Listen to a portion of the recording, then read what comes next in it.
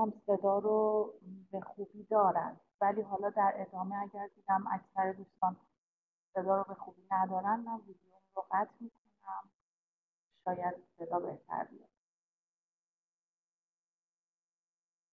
یا یه بار خارج بشید دوباره داخل بشید، شاید درست بشه.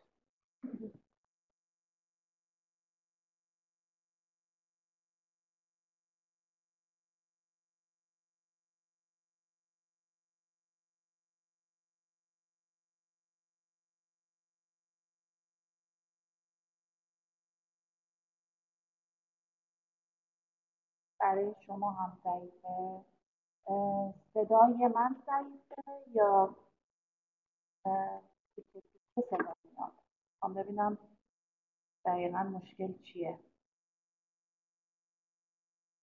دوستان ساپورت لطف کنید یه چک بکنید و اینکه آیا صدا برای شما هم ضعیف هست. آقای جلال خان،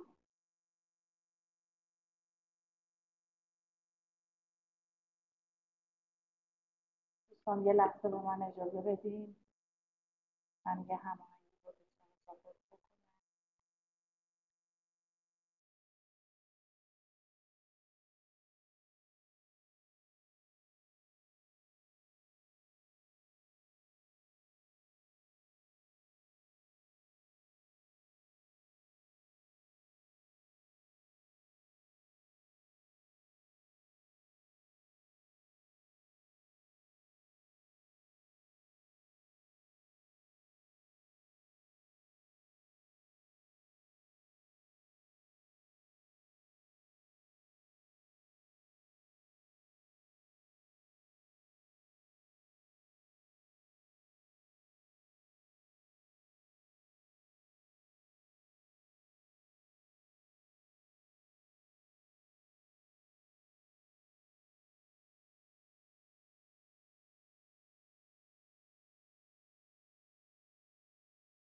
دوستان الان صدای من بهتر شد یا خیر؟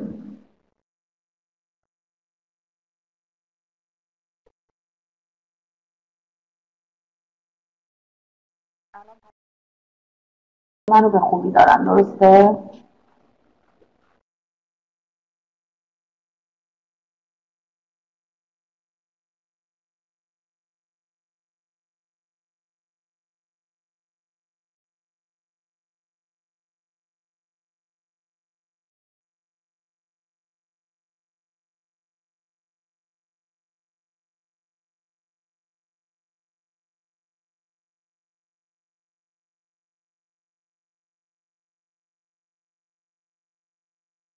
خب سلام میکنم به دوستان جدیدی که ملحق شدن.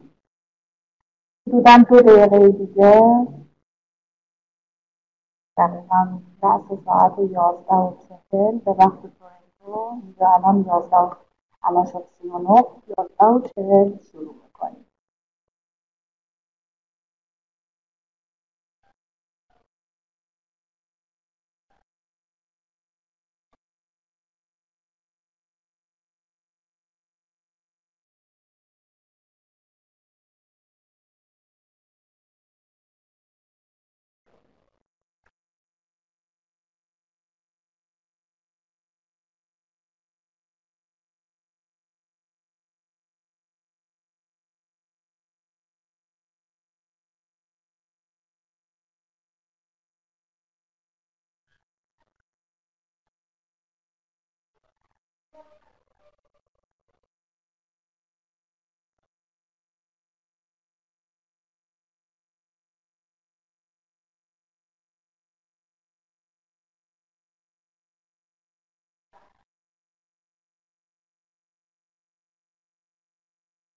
خب ساعت 11:40، ما 10 دقیقه منتظر موندیم که همه دوستان به ما ملحق بشن. دیگه بیشتر از این نمیتونیم منتظر بمونیم، وبینار رو شروع میکنیم. من بازم سلام عرض میکنم خدمت همه شما عزیزان. من کاترین هاشمی هستم، مشاور تخصصی ویزای توریستی کانادا. خوشحالم که امروز در کنار شما هستم. یه توضیحی رو که در اول بخوام بهتون عرض کنم. ببینید ما امروز صحبت میکنیم راجع به ویزای توریستی و در آخر به شما فرصتی داده میشه که سوالاتتون رو بپرسید. قطعا به شما پاسخ داده میشه. پس برای همین سعی کنید که فوکوستون رو خود وبینار بذارید و حالا اگر سوالی اینجا تایپ میکنید حتما فیلترش باشه. من در نهایت بهش برمیگردم.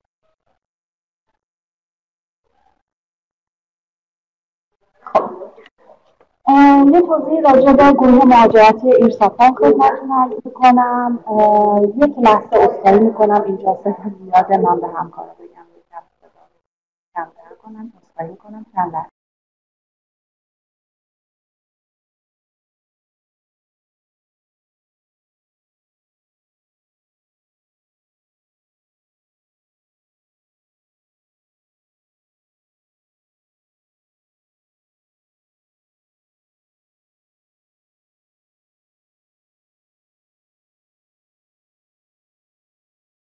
عذرخواهی میکنم.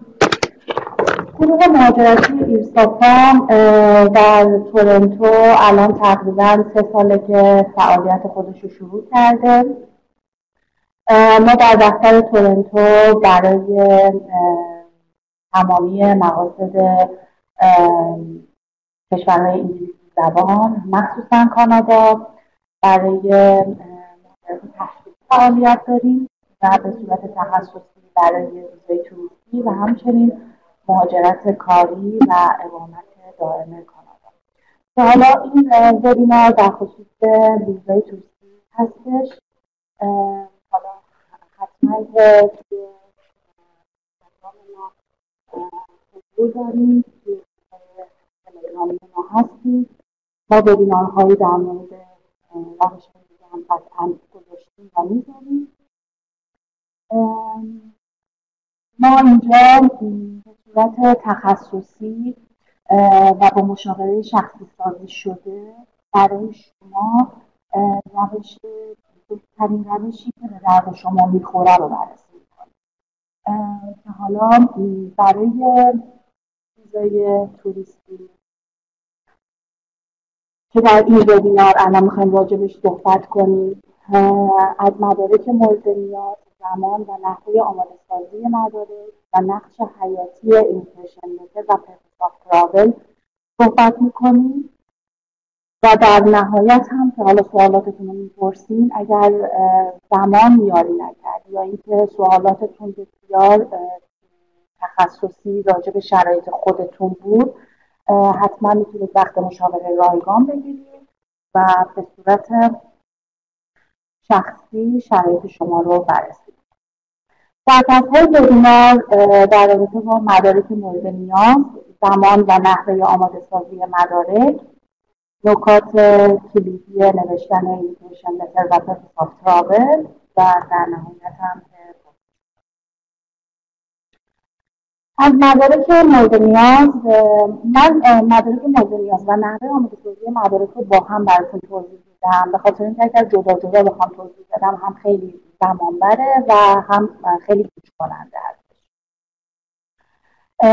مدارک هویتی، خب اول با عکس پرسونلی شروع کنیم. برای خانوم ها تفاوتی نداره که با حجاب باشه یا بی حجاب، کاملا بسته به تمایل متقاضی هستش و همینطور اصلا اهمیت نداره که شما این عکس رو در آتلیه حتما گرفته باشین یا اینکه با دوربین موبایلتون یا با دوربین خونگی عکس گرفته باشین. اگر که تمام مواردی که یک عکس پرسونلی باید داشته باشه رو رعایت بکنید و کیفیت عکس باشه، هیچ موردی نداره که شما حتی با گوشی شخصیتون این عکس رو گرفته باشید. دومین مطلب، صفحه اول پاسپورت معتبر هستش که حتما پاسپورتتون باید امضا شده باشه. به هیچ عنوان برای ویزاتون پاسپورتی که امضا نکردید رو استفاده نکنید و حتما به این موضوع توجه. موارد بعدی اول یه چیزی رو به صورت کلی براتون توضیح بدم. یه لحظه ببینید. خانم خزایی صدا رو خوب ندارن. دوستان شما همه صدا رو خوب دارین؟ مشکلی نیست؟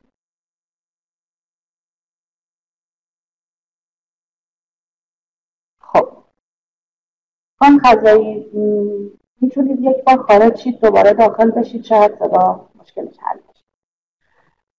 مثلا که به صورت کلی حالا از اول بهتون بگم حواستون باشه، مدارکی که امروز راجبش صحبت میکنیم دوستان، اگر این مدارک لازم بود ترجمه بشه، حتما حواستون باشه که شما اسکنی که میگیرید به صورت کامل اون مدرک کلوب شده ترجمه رو اسکن کنید و فقط صفحه های انگلیسی رو اسکن نکنید. حتما در ادامه صفحه های فارسی هم اسکن گرفته بشه و این موضوع خیلی مهمه، خیلی خیلی مهمه و حتما رعایتش بکنید. تاریخ ترجمه مدارکی که حالا من تو هر صفحه براتون توضیح میدم رو در پایین نوشتم. مدارکی که الان میخوایم راجعش صحبت بکنیم ترجیحاً به روز باشه، ولی اگر که نبود لازم نیست دوباره ترجمه کنید و هزینه اضافی براتون به وجود بیاد. ماکسیموم بیشتر از 5 ماه نباشه. که شناسنامه هست، کارت ملی هست. کارت ملی جزو مدارک الزامی نیست. اگر که به هر دلیلی ترجمهش رو نداشتید و تایم نداشتید که این کار رو بکنید، نیازی نیست که حتما گذاشته بشه توی ویزاتون. خب قطعا بودنش کاملتر بودن مدارکتون کمک می‌کنه. و همینطور سند ازدواج.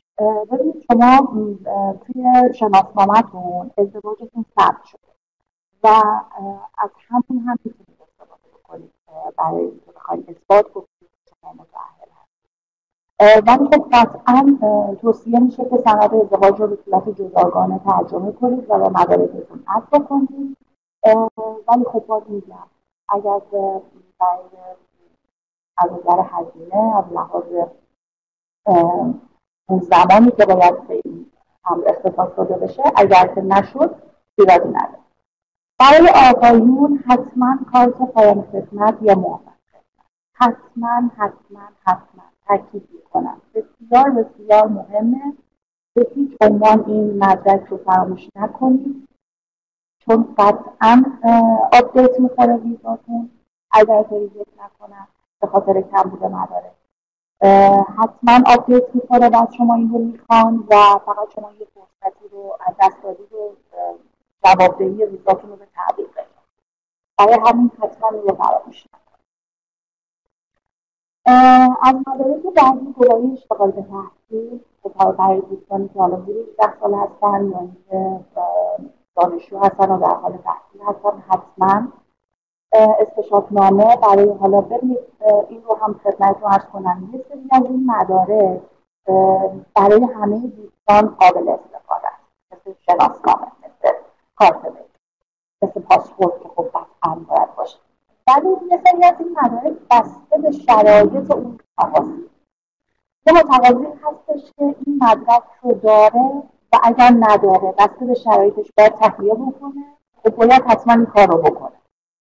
ولی اگر که ما چون میخوایم کامل مدارک رو برای شما توضیح بدیم، همه مدارک رو میدیم، ولی خب این رو در نظر بگیرید که ممکنه یک کلاینتی اصلا نیاز به یه مدرکی نداشته باشه.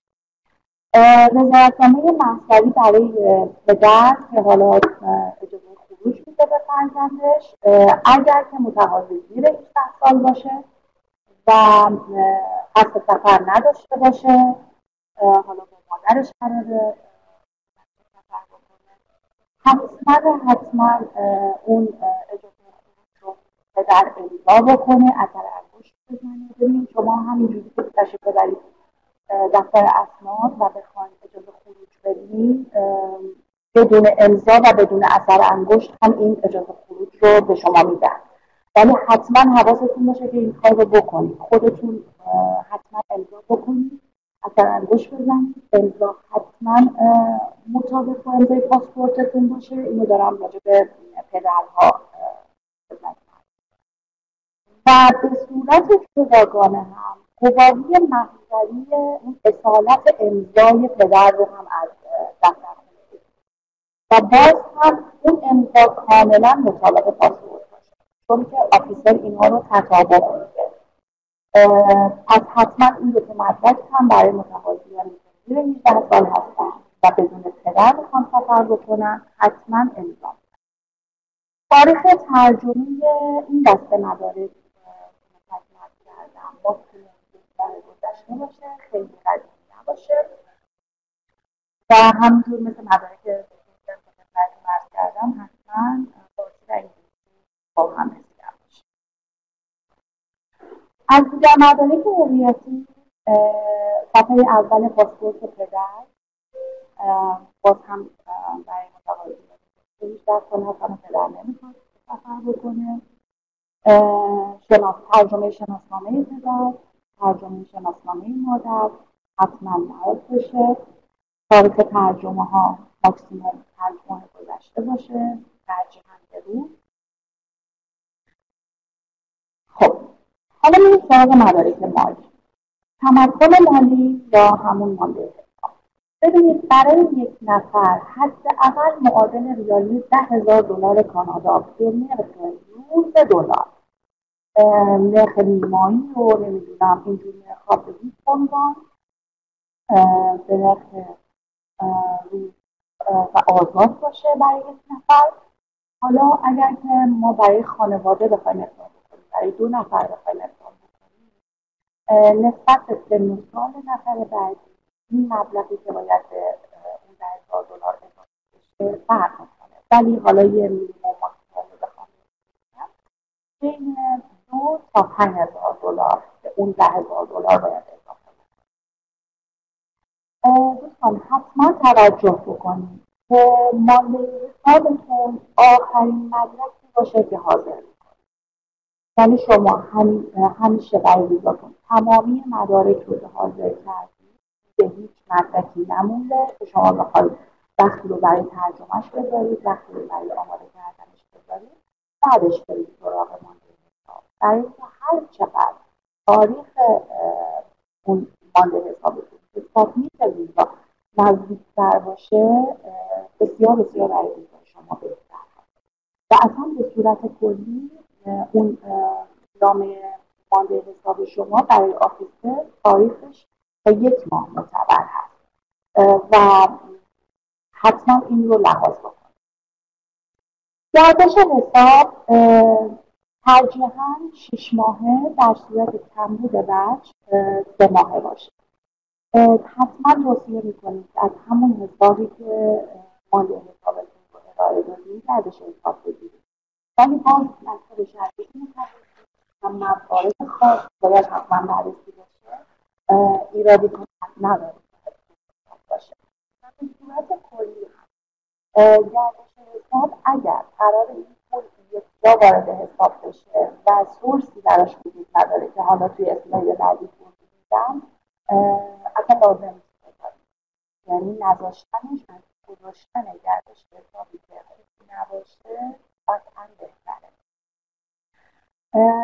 برای متقاضیای زیر 18 سال هم خب حتما تمکن و گردش حساب مادر و پدر ارائه خواهد. از دیگر مدارک مالی سند ملکی، ترجمه اجاره نامه در صورتی که مال متقاضی باشه و همینطور ترجمه اجاره نامه در صورتی که متقاضی مستاجر باشه. حالا تفاوت این دو تا هم بهتون میگم، شاید براتون سوالی یا که وقتی مستاجرم که پولی نمیگیرم پولی میدم، چرا مثلا بندارم رو بهتون توضیح میدم. مدرک بورس و سهام و مورد بعدی سورس مالی. این سورس مالی که دارم میگم برای اون گردش حساب. ببینید شما ممکنه این پول به چه وارد حسابتون شده باشه. اگر سورس مالی براش دارید میتونید به آفیسر این رو توضیح بدید که این پول چرا یک جا وارد شده. خب من زمینی فروختم، طلایی فروختم، دلاری فروختم یا حالا به هر شکلی خب این گردش مالی. ولی اگر این پول رو از کسی قرض گرفتید خودتون یا حتی پول خودتون هست ولی سوسی در رابطه باش ندارید، خب قطعا روش کافی نداره، چون برای آفیس نشست کردن و اون این حس رو داره که این پول برای شما نیست و براش عجیبه دیگه، ورودی ها و خروجی ها با هم نمیخونه. راجع به ترجمه اجاره نامه که بخوام توضیح بدم، خب ببینید اگر مالک متقاضی باشه، خب این یه منبع درآمده دیگه، یعنی به هر شکلی که حالا از لحاظ شغلی یا حالا هر منبع درآمدی که داره، با این ملکی که اجاره داده یه درآمد دیگه ای هم داره. ولی زمانی که متقاضی مستاجره، این تعهد شما رو نشون میده که حالا علاوه بر تعهدهای دیگه‌ای که دارید، حالا تای عاطفیتونه، تای شغلیتونه، شما از لحاظ مالی هم یک قرارداد بلند مدت با شخصی دارید که ملکی رو ازش اجاره کردید و در اون ساکن هستید و متعهد هستید که یه شخصی که تا یه تاریخی باید هزینه‌ای بهش پرداخت کنه برای اجاره منزل. پس این برای وابستگی شما از لحاظ مالی به کشورتون مهم و خوب هستش. برای همین هستش که ما در صورت متقاضی مستاجر باشه هم حتما اجاره نامش رو در داشت خواهیم بود.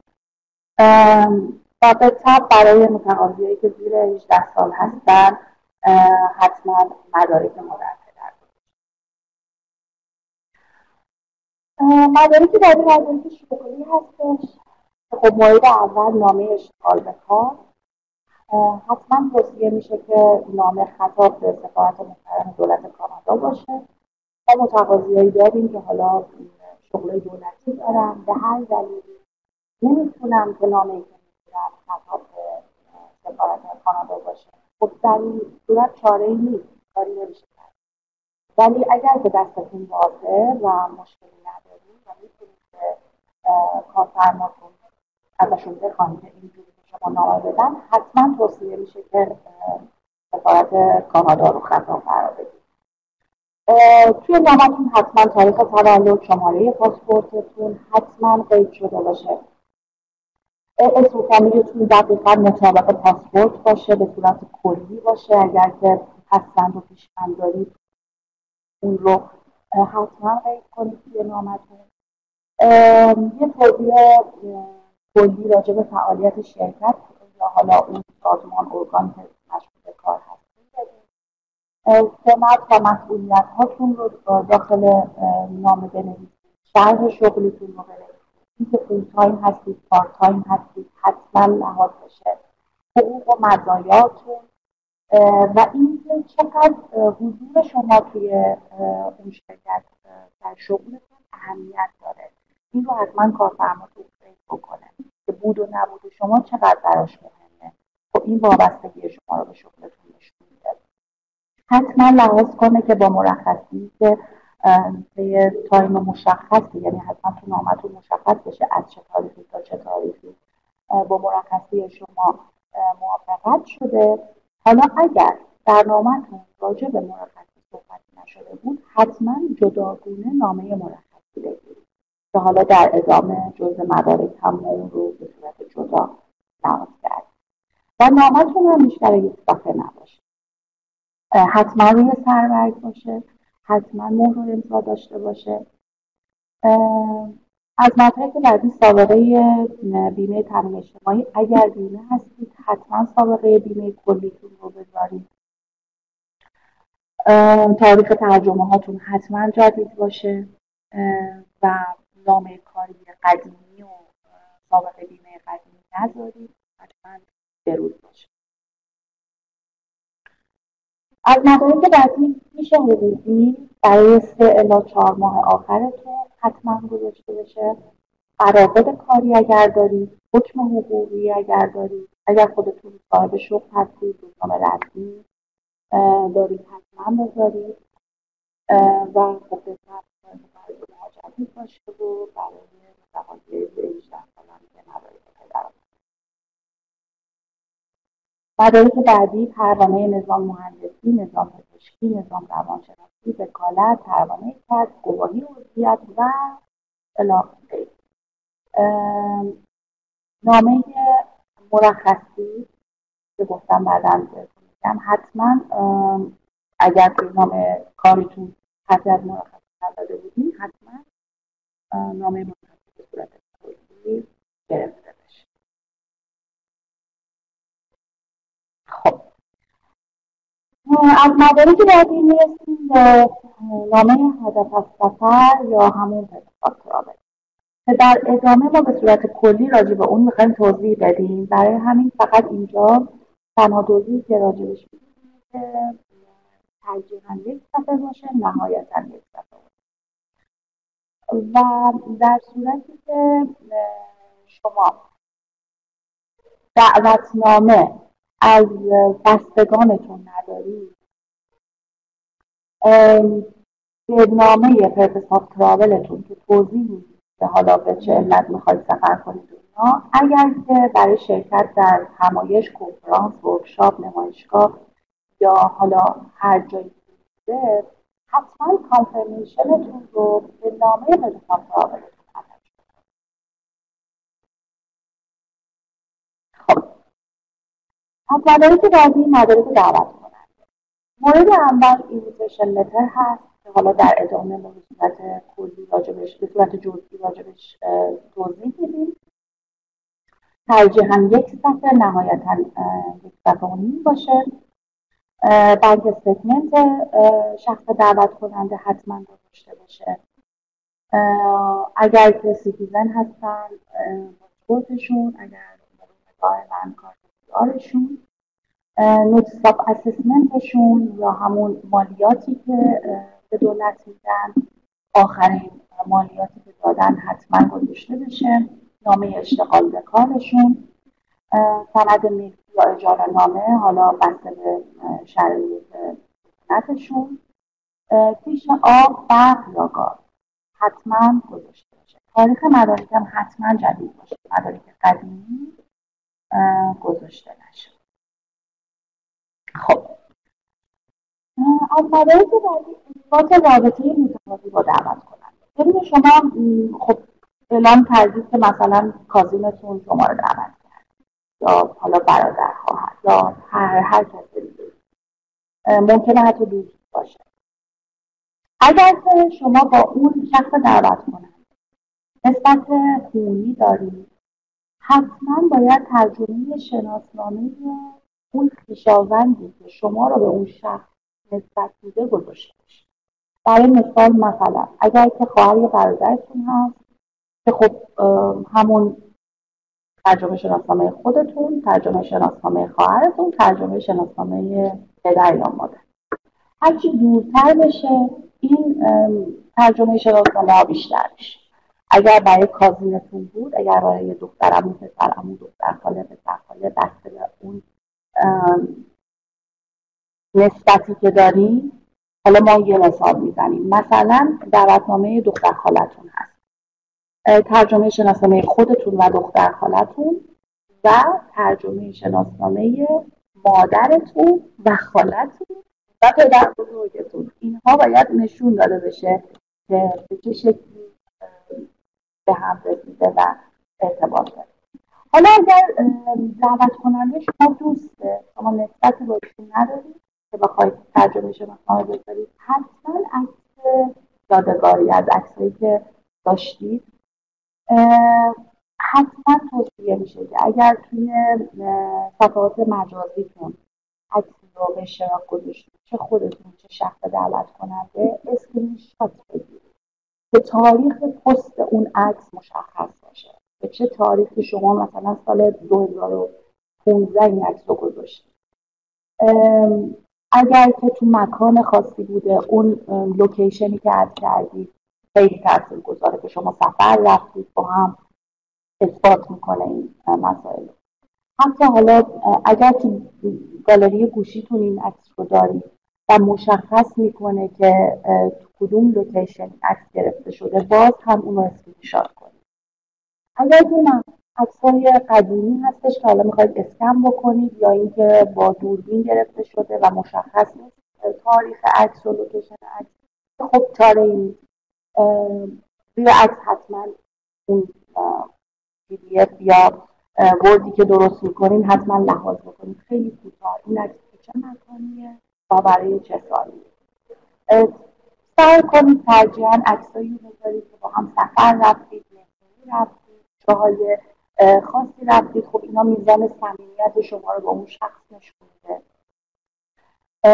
و اینکه حداقل عکس 20 عکس حداقل باشه.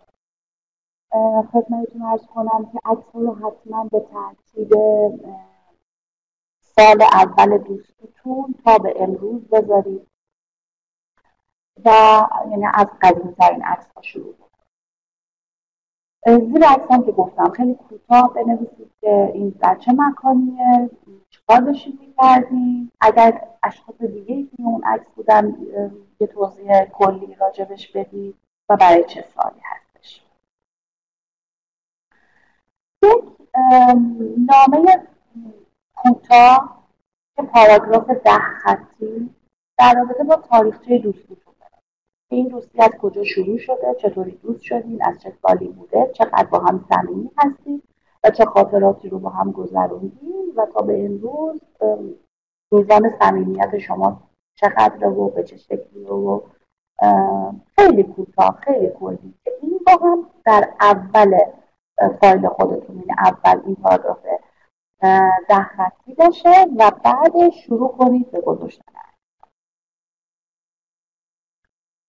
خب از مدارک بعدی سابقه سفرتون، سابقه هیستوریتون که خب باید به آفیسر ارائه بدید. پاسپورتی که در حال حاضر دارید و معتبر هستش از صفحه اول تا صفحه آخر اسکن میکنید. صفحاتی که خالیه و مهر ورود خروج نداره خب قطعا لازم، ولی صفحاتی که مهر ورود خروج داره حتما لحاظ بشه. و بعدش پاسپورت هایی که معتبر نیست. ببینید سابقه سفرتون حداقل مال 5-6 سال گذشته باشه. اگر که تا 10 سال سابقه سفر خیلی مهم دارید، مثلا خدمتتون عرض کنم سنگاپور رفت، ژاپن رفت، خدمتتون عرض کنم کشور انگلیسی زبان رفتید، استرالیا رفتید، آمریکا رفتید، انگلیس رفتید، تا 10 سال هم بود بذارید. ولی اگر که کشورها نبود تا 6 سال از پاسپورت های نامعتبر که اونها هم نمیشه از صفحه اول تا آخرین صفحه که مورد ورود بود.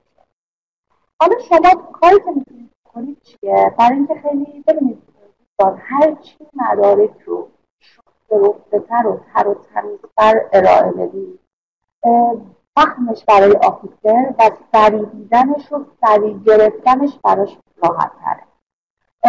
من خودم همیشه علاوه بر این اسکن پاسپورت هایی که میذارم در ابتدا یه صفحه ورودی درست میکنم و تاریخ ورود، تاریخ خروج، کدوم کشور به چه منظور تایپ میشه. از مثلا الان سال 2025 از 25 شروع میشه تا به قدیم و بعد صفحات پاسپورت رو میذارم برای اینکه ببینید مهرا یه وقتایی کیفیتشون خوب نیست، به هم خورده یا خیلی پررنگ نیست. اون نوشتنه به آفیسر کمک میکنه که اگر مهری رو نتونه تاریخش رو بخونه برمیگرده به اون صفحه اولی که شما نوشتید. پس حتما توصیه میکنم این کار رو انجام بدید. مدارک اضافه یعنی چی؟ یعنی یه سری مدارک که حالا یه سری دوستان دارن یه سری دوستان ندارن، مثل رزرویشن بلیط و یا هتل که برای بلیط رفت و برگشتتون اگر که خریداری کردید براتون یا رزرو کردید و اگر که برنامه‌ای دارید که تو اون سالی که کانادا هستید به یه شهر دیگه سفر بکنید و یه مسافرت کوتاه مدت دیگه داشته باشید، بلیط هواپیمای اون رو حتما لحاظ بکنید و همینطور برای هتل. اگر که شما منزل اون دعوت کنندتون قرار نیست برید یا اینکه اصلا دعوت کننده ای ندارید برای سمیناری چیزی اومدید، حتما اون محل اقامتی که رزرو کردید رو باتون بذارید و همینطور بازم مثل بلیط سفر.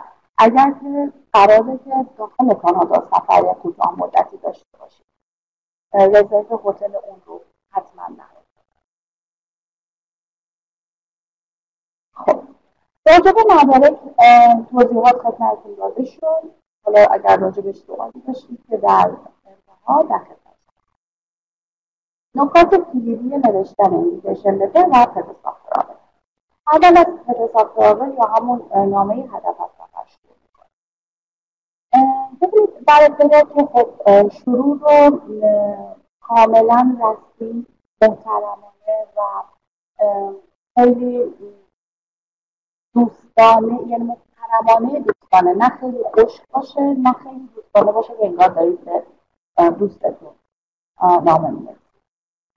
نامتون، سنتون، شغل و محل زندگی، بعدش دلیل سفرتون برای ویزیت کانادا، تاریخ مد نظرتون برای ویزیت به صورت کلی.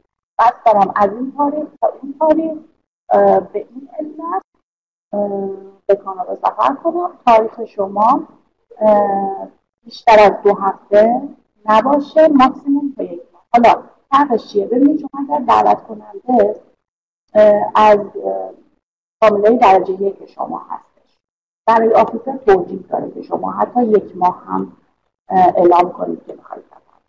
ولی اگر دعوت کننده شما فامیل درجه 1 نیست و به همون نسبت دور میشه، اصلا برای آفیسر توجیه نداره بیشتر از 2 هفته.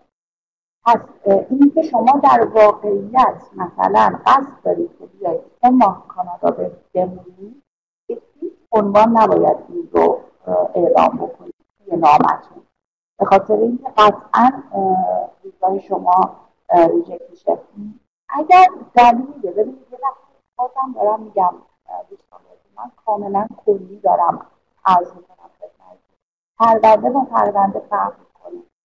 من کلایتی داشتم که بسته به شرایطش خودم توصیه میبوده که تو حداقل 2 ماه رو قید کن، ولی با صرف نظر از موارد خاص بیشتر از 2 هفته تا 1 ماه برای تاریخ سفرتون نباشه.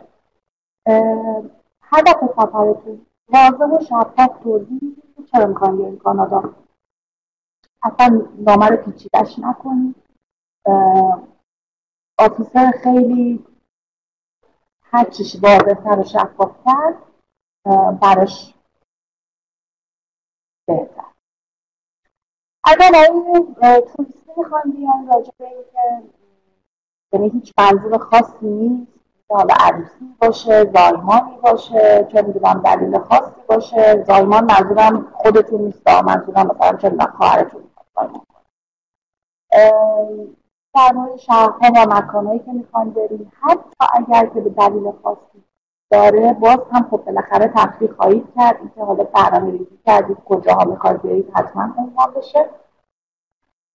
اگر که دعوت کننده خانواده‌تون هست یا دوستتون هست، حالا نسبت به اون شخص دعوت کننده حتما توضیح بدید چه نسبتی باهاش دارید و چه مدتی میخواید کنارش باشید. جزئیات برنامه سفر، توضیح بدید اقامتتون کجا، آیا منزل شخص دعوت کننده میخواین تشریف ببرید یا جایی که هتل میخواین برید، کجا میخواین برید توضیح بدید. آدرس حتما بذارید، بفرمایید که اونجا محل زندگی شخصی هست و چه نسبتی با شما داره. حتما اشاره کنید اگر بلیط رفت و برگشت گرفتید، حتما اشاره کنید که گرفتید و حتی به هم گفتم به مسافرآبروتون اتچ بکنید.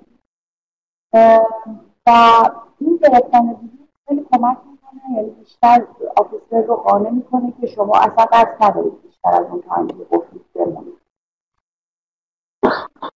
خواهی میکنم راجع به توان مالیتون بگید، اینکه این هزینه‌های سفر رو کاملا خودتون پوشش میدید یا قسمتش رو شخص دعوت کننده لطف کرده که تقبل کرده.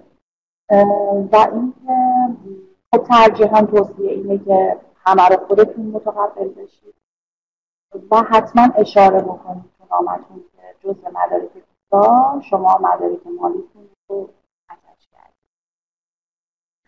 راجع به وابستگی به کشورتون صحبت بکنید. این بخش خیلی مهمه، چون افسر کاملا مطمئن میشه که شما به کشورتون برمیگردید. درباره شغل خودتون بگید، تحصیلاتتون، شرایط خانواده‌تون، اگر که اینها وابستگی به کشور خودتون رو بالا میبره، و راجع به هر گونه تعهدی که به کشورتون دارید توضیح بدید. نشون بدید که چه دلایل قوی دارید که حتما به کشور خودتون برمیگردید. در پایان هم محترمانه جمع‌بندی کنید و باز هم تاکید کنید که سفر شما کوتاه مدت هست و بعد از پایان مدت زمان اعلام شده حتما به کشور خودتون برمیگردید. و همینطور نسبت به اون نامه شغلی که نوشتید و خدمتتون عرض کردم که کارفرمای شما لحاظ کنه که چقدر اهمیت داره حضور شما، حتی یه گوش اشاره‌ای به اون بکنید که باید برگردید و مثلا فلان پروژه، فلان مسئولیت منتظر شما هستش، از همکارتون خواستید که مثلا شما رو کاور بکنه تو هفته. و آرزوی موفقیت برای آفیسر و بررسی مثبت پرونده. نکات کلیدی: نامه باید ساده، شفاف و صادقانه باشه. خیلی شسته و رفته، نه خیلی طولانی نه خیلی کوتاه، که حالا قبلا هم گفتم 1 تا 1.5 صفحه. مدارک خاصی که نسبت به شرایط متقاضی صلاح یا مشاورتون صلاح می‌دونه، حتما به نامه رسانه‌تون خطر. خب راجع به اینویتیشن لتر صحبت می‌کنیم. خب این هم مثل پروتکل ترافل قطعا خطاب رسمی، خطاب به سفارت محترم دولت کانادا، یه توضیح کوتاهی دعوت کننده راجع به خودش میده، اسمش، تاریخ تولدش، وضعیت اقامتش چیه توی کانادا، سیتیزنه یا مقیم دائمه، آدرس محل سکونتش رو میگه، شماره تماسش رو میذاره. البته اگر شماره تماس رو نذاشتید، در پایان نامه اسم و فامیل رو امضا میکنه، اونجا هم شماره تماس میذاره، اوکی. ولی داخل، یعنی اون شروع نامه، حتما آدرس رو لحاظ بکنه. توضیح بده که چه مدتی در کانادا زندگی میکنه و قصد داره که چه شخصی رو دعوت کنه به کانادا. اون فرد دعوت شونده رو کامل توضیح بده، نام خانوادگیش رو بگه، تاریخ تولدش رو بگه، آدرس محل سکونتش در ایران رو بگه و چه رابطه‌ای با اون شخص داره از نظر نسبت فامیلی. اگر دوست هست، دوست عنوان بشه. قصد داره که برای چه مدتی و به چه دلیلی بیاد کانادا. حتما دعوت کننده این موارد رو توضیح بده و تاریخ ورود که خودتون توی وبسایت راولتون نوشتید، حتما دعوت کننده هم در اینویتیشن لترش لحاظ بکنه. مورد بعدی: هدف از سفر. دعوت کننده، یعنی همون شخصی که شما رو دعوت کرده، حتما توضیح بده که به چه دلیلی هست و آیا تصمیم برای گردشی، تصمیم داره کجا ببره فرد و چه برنامه‌هایی رو با خود متقاضی ریخته. مدت زمانم که خدمتتون عرض کردم 2 هفته تا 1 ماه. راجع به حمایت مالی صحبت بکنه. ببینید، من قبلا توی پروتکل ترافل خدمتتون عرض کردم توصیه میشه که حتما تمام هزینه ها رو خود متقاضی متقبل بشه. ولی اگر که در اینویتیشن لتر دعوت کننده هم اعلام بکنه که من ساپورت میکنم از لحاظ مالی، از محل سکونت، رفت و آمد، اینها، این یه قوت قلبیه و برای آفیسر وجه خوبی داره که اون درسته که شخص کاملا از سطح هزینه‌هاش برمیاد و خودش اوکی هست، ولی اون فردی که دعوتش کرده هم اعلام آمادگی کرده. پس این رو اگر لحاظ کنه خیلی خوب هستش اگر که خب در محل اقامت دعوت کننده قرار داشته باشید حتما این رو لحاظ کنه و باز مجدد آدرس رو اعلام بکنه. خدمتتون عرض کنم که مورد بعدی راجع به تعهد بازگشت فرد متقاضی صحبت بکنه دعوت کننده. اگر که حالا اون راجع به اون وابستگی ها و تعهداتی که داریم تو پروگرام تراولتون نوشتیم دعوت کننده هم یه توضیح راجبش بده که باید برگرده این فرد به این ملت و اون ملت و این مورد هم خیلی برای مهمه و میتونه مانعش کنه. در پایان هم نامه رو با احترام و تشکر تموم میکنه، امضا میکنه و تاریخ میزنه و شماره تماس میذاره. آدرس ایمیل هم بذاره. خب دوستان توضیحاتی که در خدمتتون عرض می‌کردم و دادم. خیلی ممنونم از همراهی شما. آدرس وبسایتمون رو گذاشتیم، آدرس شماره تماس واتساپ. حتما حالا ما الان شروع می‌کنیم به پاسخگویی سوالات شما، ولی اگر که زمان یاری نکرد یا اینکه سوالاتتون خیلی تخصصی نسبت به شرایط خودتون بود و من باید کامل شرایط شما رو می‌دونستم و بررسی می‌کردم و یا اینکه حالا خودتون تمایل به گرفتن وقت مشاوره اختصاصی رایگان داشتین حتما توی واتساپ به ما پیغام بدین. ما به شما برمیگردیم، یه تایمی رو به شما اختصاص میدیم. روی وبسایت ما هم میتونید تشریف ببرید فرم ارزیابی رایگان پر کنید. باز ما به شما برمیگردیم و برای شما تایمی رو اختصاص میدیم. آدرس تلگرام ما هستش، آدرس اینستاگرام ما هستش. لطف کنید ما رو فالو کنید، ما رو دنبال کنید، خوشحال میشیم شما رو ببینید. و اینکه من در خدمتتون هستم برای پاسخگویی به سوالات شما. لطف کنید سوالاتتون رو حتما فینگلیش تایپ بکنید که من بتونم راحت بخونم و متوجه بشم و از سرعتمون هم بالا بره. من بیام از بالا نگاه بکنم سوالات به چه شکلیه.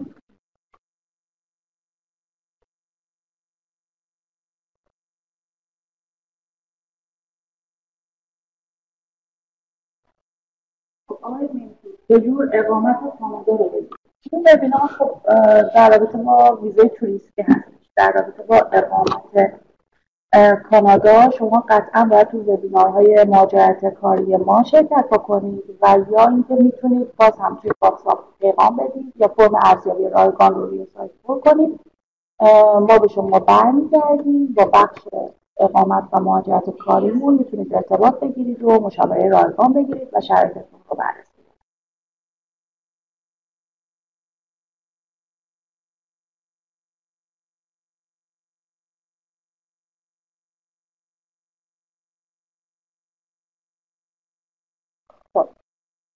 MAJA سوالتون رو فارسی تایپ کردید، من متوجه نمیشم، لطف کنید دوباره انگلیش تایپ کنید.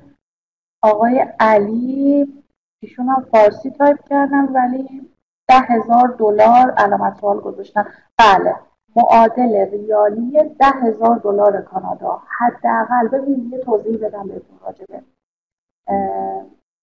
مبلغی که توی حساب باشه جناب و همه دوستان. شما حداقل معادل ریالی $10,000 کانادا باید توی حسابتون باشه، حداقل. ولی حد اکثر هم فکر نکنید هرچی این حساب رو بیشتر شارژ کنید برای میزاتون خوبه. نه اصلا. ببینید باید منطقی پشتش باشه. آفیسر باید براش شبهه ایجاد نشه. چرا یه شخصی مثلا $500,000 تو حسابشه، چرا این پولو گذاشته، چرا الان برای ویزای کانادا داره انقدر ارائه میکنه، نباید بترسه. یه توضیحی هم به کلی بهتون بدم. ببینید همیشه دوستان شرایطتون رو وقتی میخواین ببینید همه چی اوکیه خودتون رو بذارید جای آفیسر. یه پرونده به شما داده شده با اسم به اینکه شما به اندازه موهای سرتون پرونده‌های مختلف دیدید و پلیس هم هستید، یعنی مو رو از ماست میکشید بیرون. حالا این پرونده رو میخوای بررسی کنی، آیا توجیه میشی به این شخص اضافه میکنه؟ اینجوری خیلی بهتون کمک میکنه که آیا این مدارکی که میخواین ارائه کنید اوکیه یا نه. البته این رو هم من بهتون بگم، ببینید ویزای کانادا متاسفانه یا خوشبختانه به این شکله. من خیلی راحت بخوام بهتون بگم 50% شرایط متقاضیه، 50% نظر آفیسر. اینکه پرونده شما دست کدوم آفیسر افتاده، اون آفیسر امروز حالش چطوریه، حالش خوبه، تو راه تصادف کرده اومده یا نه خیلی با خوبی رو شروع کرده، و 50% هم شرایط شما. خب ما با اون 50% که دست آفیسره کاری از دستمون برنه، اونو باش کاری نداریم. ولی 50% که شرایط متقاضیه باید بهترین پرونده‌ای که ارائه داد و ارائه کنیم. یعنی نباید چیزی رو جوری بذاریم که بعدش بگیم ای کاش فلان کاری کرده بودم، ای کاش اینو کرده بودم. بهترین رو ارائه میکنیم که اگر خدایی نکرده هم آقا من این کاری که باید میکردم رو کردم، بهتر از اینم نمیتونستم ارائه کنم، اشتباهات هم به حد اقل و صفر بود دیگه، هرچه پیش باید خوش آید دیگه، کاری از من برده. ولی اگر که البته این رو هم بهتون بگم، اگر که حالا قبلا سابقه ریجکتی دارید یا اینکه خدایی نکرده اگر اقدام کردید و ریجکت بشید، کانادا یه خوبی که داره اینطوری نیستش که شما میتونید بعد 5 تا ریجکتی ویزای شما بگیرید. تو خود نامه ریجکتی به شما میگه که شما میتونید دوباره اقدام کنید و ویزای شما رو بر حسب مدارکی که ارائه کردید بررسی کنید. حالا یه کلاینتی قبلا ریجکتی داشته، آفیسر که میبینه دلیل اون ریجکتی ها چیه، آیا توی این ویزای جدید اون موارد رو رفع کرده یا نه. ولی این که نگاه کنه شما قبلا ریجکت شدید، پس منم الان ریجکتش میکنم، ریجکتش میدم، این شکلی شما میتونید 10 بار برای کانادا اقدام بکنید به شرط اینکه باگ هایی که داشتیم رو رفع بکنید، ضعف ها رو به حداقل برسونید و قطعا احتمال ویزا شدن خودتون رو بالا میبرید. فرق نمیکنه کدوم بانک باشه، زیاد تفاوت خاصی نداره، مثل کشورهای دیگه مثل انگلیس که حتما باید یه سری بانک‌های مشخصی باشه.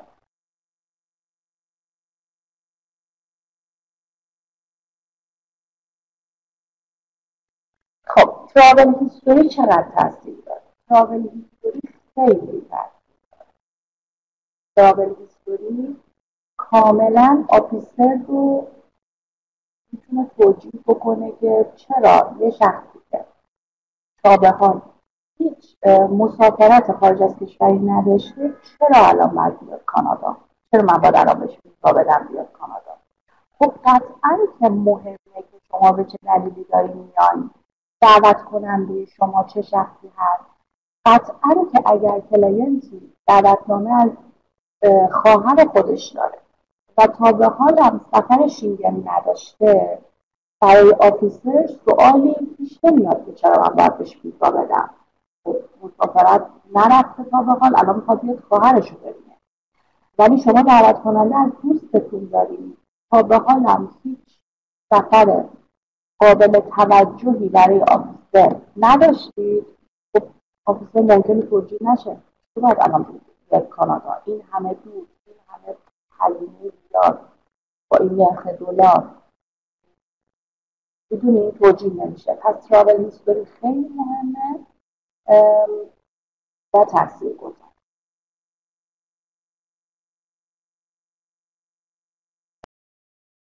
بله معافیت از تحصیلم بود.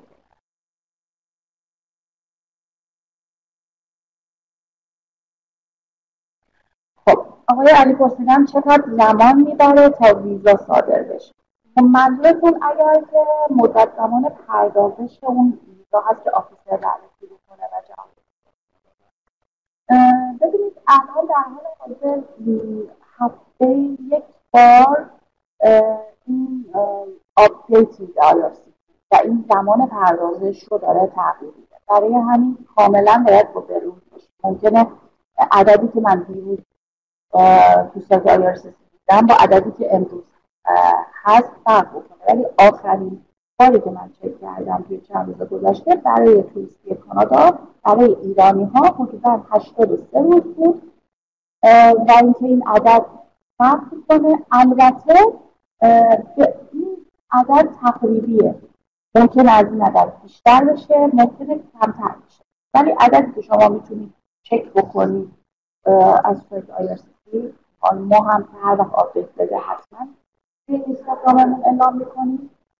ولی دوستان من ویزایی داشتم که امروز سابمیت کردم، 3 روز بعد من جواب ویزا رو گرفتم برای سواری. یعنی طرف برای انگشت نگارش رفته بود ترکیه، هنوز برنگشته بود، مسافرتش رو چند روزه کرده بود، هم تفریحی رفته بود، هم واسه انگشت نگارش رفته بود. هنوز از ترکیه برنگشته بود. من زنگ زدم بهش گفتم ویزاش پس میخوام بهتون بگم تجربه های خودم.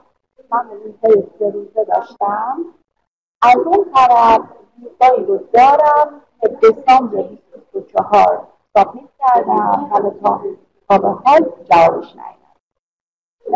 میخوام بهتون بگم که اصلا دست من شما دست به پرونده فرق میکنه، پرونده ولی میگم 3 روزه هم ممکنه جواب.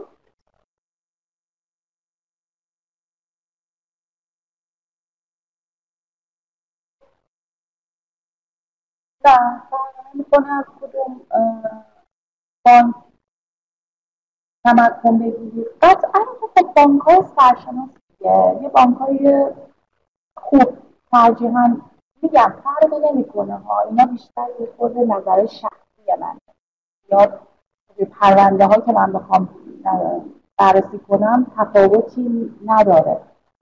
من خودم ترجیحاً بانک های خصوصیه، بانک های سرشناسه، مؤسسات اعتباری و بانک هایی که خیلی کوچیکن و خیلی محدودن نباشه، بانک های سرشناس کشورمون باشه.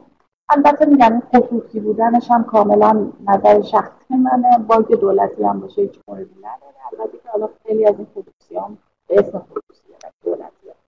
ولی میگم فرق نمیکنه، مؤسسات اعتباری اینا نباشه، بانک باشه. خب دوستان دیگه سوالی نداری؟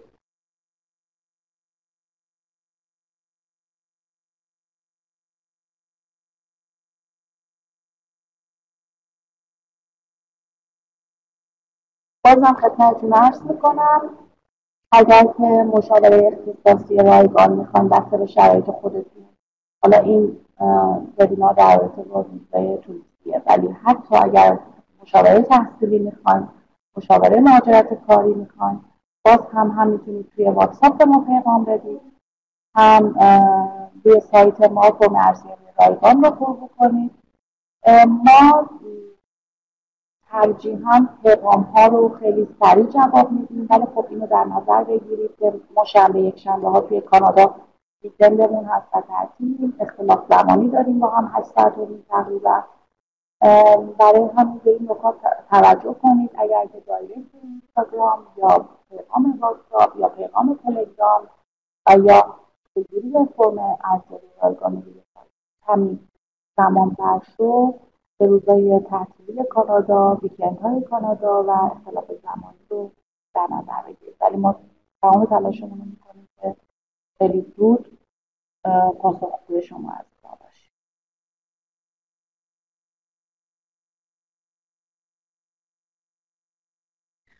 خب برداری خود که ترابل هیستوری توریستی باشه یا بیزینس، نه فرق نمیکنه. بالاخره شما ویزای رو گرفتید و به یک کشوری رفتید، قراردادی که با آفیس ثابت کردید، شما دلیل سفرت کاری بوده، میتونستی بری اونجا پناهندش، میتونستی بری و برنگردی. و هم از این لحاظ همین که بالاخره شما به اون کشور سفر کردید و در کنار اون کاری که منظوری که رفتید بالاخره تفریح هم کردید. برای همین نه فرق نمیکنه. کشورهایی رو نیست کشورهایی برای آفیسر تراول میشه که شنگن بخواد حوزه اروپا باشه، سنگاپور باشه، ژاپن باشه، کشور انگلیسی زبان باشه، استرالیا، نیوزلند،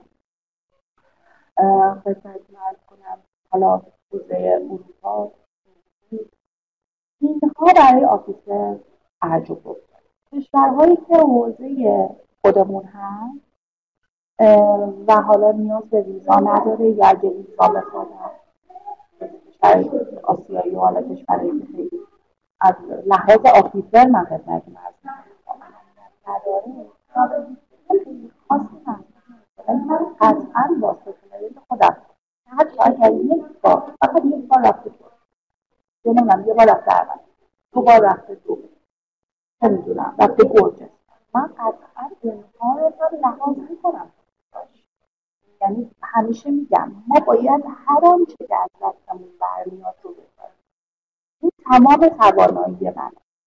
کلاینت من سفر به فرانسه نداشته اوکی، ولی حالا یه گرجستان رفته حتی اگر برای آفیسر هیچ اهمیتی هم نداشته باشه من سفری که رفتم میذارم، چرا نذارم؟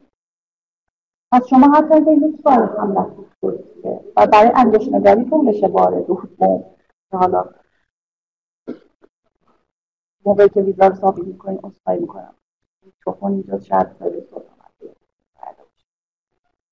باز همون یه سفر توصیه‌تون هم بذارید. حالا هر آنچه که هست رو بذارید. حالا یه آفیسر نگاهی بهش میکنه یا نه. یه توضیح که بهتون بدم مدارک حالا سوالی هم نداریم یه کوچولو هم تایم داریم توضیح بهتون بدم. شارژ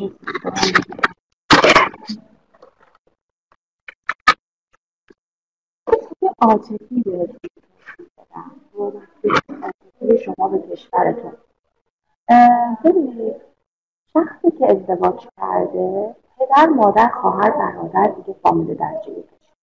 فامیل شما همسرتون از این رو حتما حواستون باشه. شخصی که مجرده صدای منو دارید؟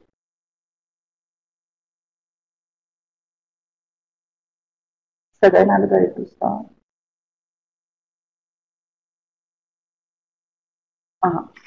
شخصی که مجرده نه بستگان درجه یکش پدر، مادر، خواهر، برادرش هست.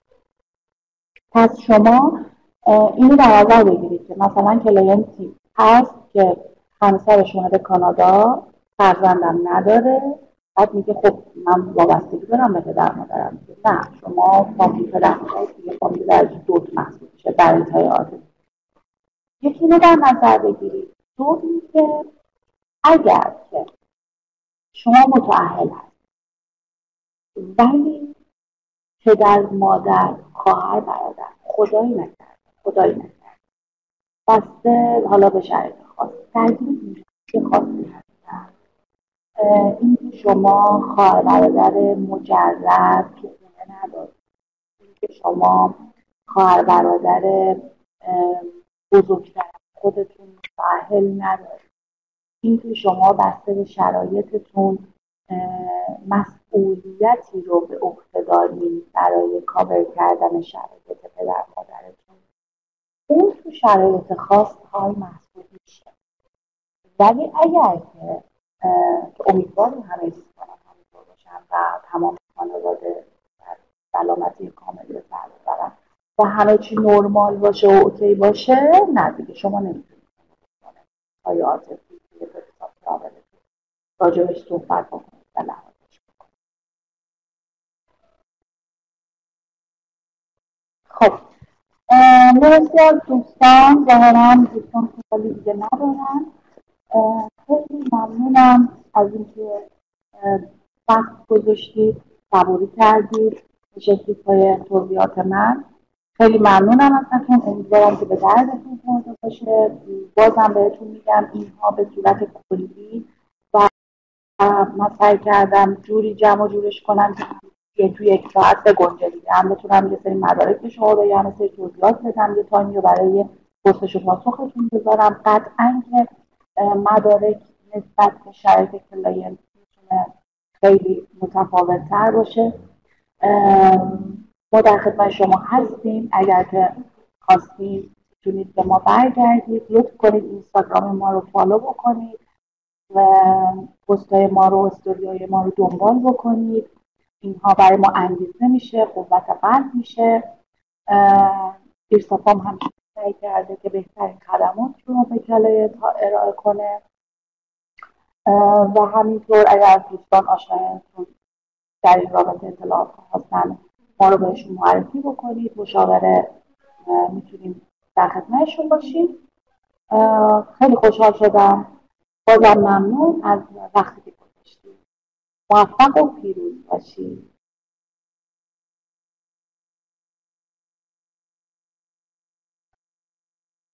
خدا نگهدار.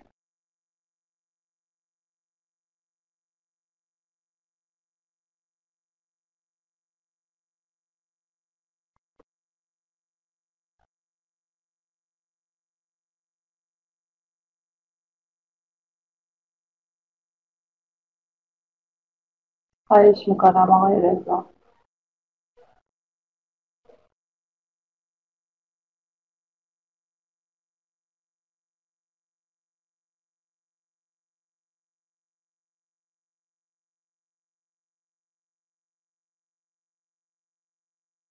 خواهش میکنم خانم مریم. قربان شما.